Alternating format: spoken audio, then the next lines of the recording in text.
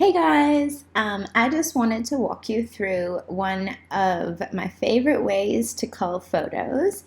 Um, it's a program called Photomechanic, and it just kind of allows you to see and load raw files way easier and faster than I found in Lightroom or in Bridge or anything.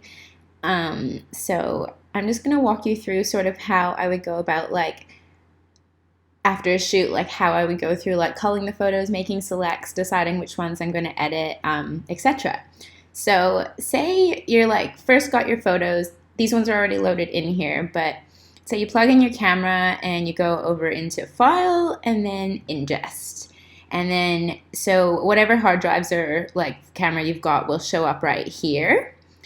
And so I would pick out like my primary destination, and say I would go like, usually the way I organize things is I'll like start a folder and then I'll have like unsorted selects and then edits just to keep everything really streamlined. So I'd go in and create like an unsorted folder and then go through all this. I'd rename the photos. I usually do like the model's name, the date, and then the sequence. You can reset the sequence to 0. So it also gives you the option to copy into 2 different folders, which is amazing if you're trying to back up to 2 different places at the same time, which I highly recommend because you just never know what's going to happen with photos.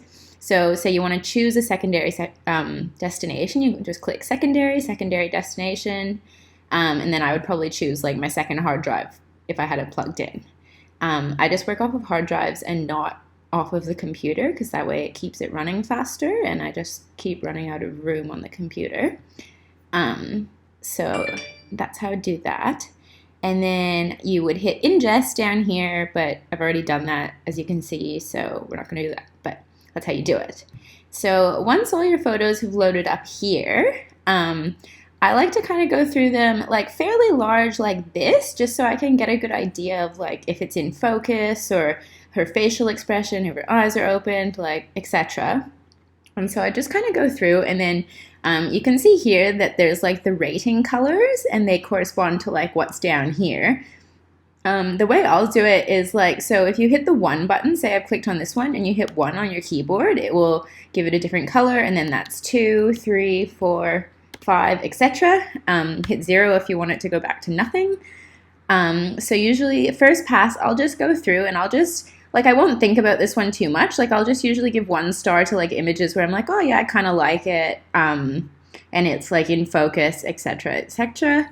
And then once I've done that first pass, I'll zoom out so that you can see the photos a bit smaller. And then that way, say, once I've done that first pass, you click this one and it'll show you everything that you've marked pink or like 1 star. And through that, normally I'll just go through and then I'll make like a second pass.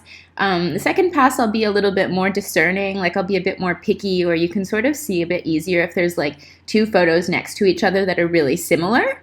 When I'm trying to cull for a shoot, like I'll try and get like a good variety of like poses, like closer up shots, far away shots. I like to look at the whole thing as a story as a whole, as well as like individual images that I think are really strong. Especially if I'm shooting something where the story is really important, like a wedding or like an engagement session. I like to really make sure that the whole thing goes together cohesively and there's not just like 4 photos of them doing the same thing. Sorry, that was my phone. So anyways, like once I've done that, you can see whoops. So that's all of those ones. And then for the second pass, like usually like I'll mark everything red, and from there we can see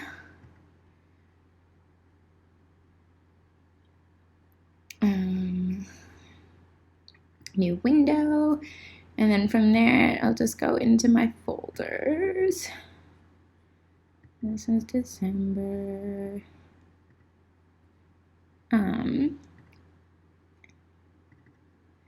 And so you can see these are all the ones that I've marked as red. It's put some of the edited one in there too for some reason. Anyways, so that's kind of what I picked. And so this one, I'll usually, sometimes like if there's like 2 or 3 ones that are kind of similar, I'll keep them in there because when I go in to edit it, sometimes I'll like one a bit more than I like the other. So I'll just kind of like put them sort of loosely in a folder, and then I will export that.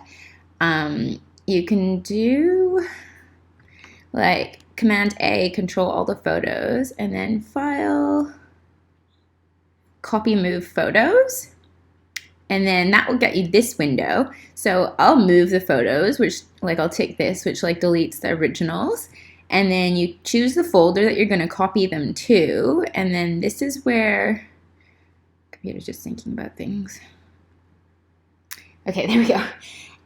So this will bring up the new one, and this is where I'll make the new folder called like whatever the model's name is, like Lily Selects. And then I'll put all of the red rated photos into that folder. And then to do that, you just click copy, and that's that, and that's really easy. And that's pretty much how I cull all the photos from a shoot. And then once I've made all those selects, then I'll go into Lightroom, import the selected files into Lightroom, and then I will edit from there. But I just love Photomechanic because it makes it super easy to see all the photos at the same time. Like, it makes your selects way quicker. It loads way faster than Lightroom does, especially when you have large files. And it just like gives you a really good overview of like how the whole thing comes together as a story, which to me is really important. So yeah, that's kind of how I use Photomechanic for selects. I just find it really cuts down my workflow time and the time I spend culling photos. Yeah, I don't know how I lived without it before. So that's that. If you've got any questions or anything, let me know. It's not super expensive to purchase, and it's absolutely so worth it with the time that it saves you. And you just have to pay for it once, and then you've got it forever. So yeah, that's pretty much that. If you've got any questions, let me know. Talk to you guys later.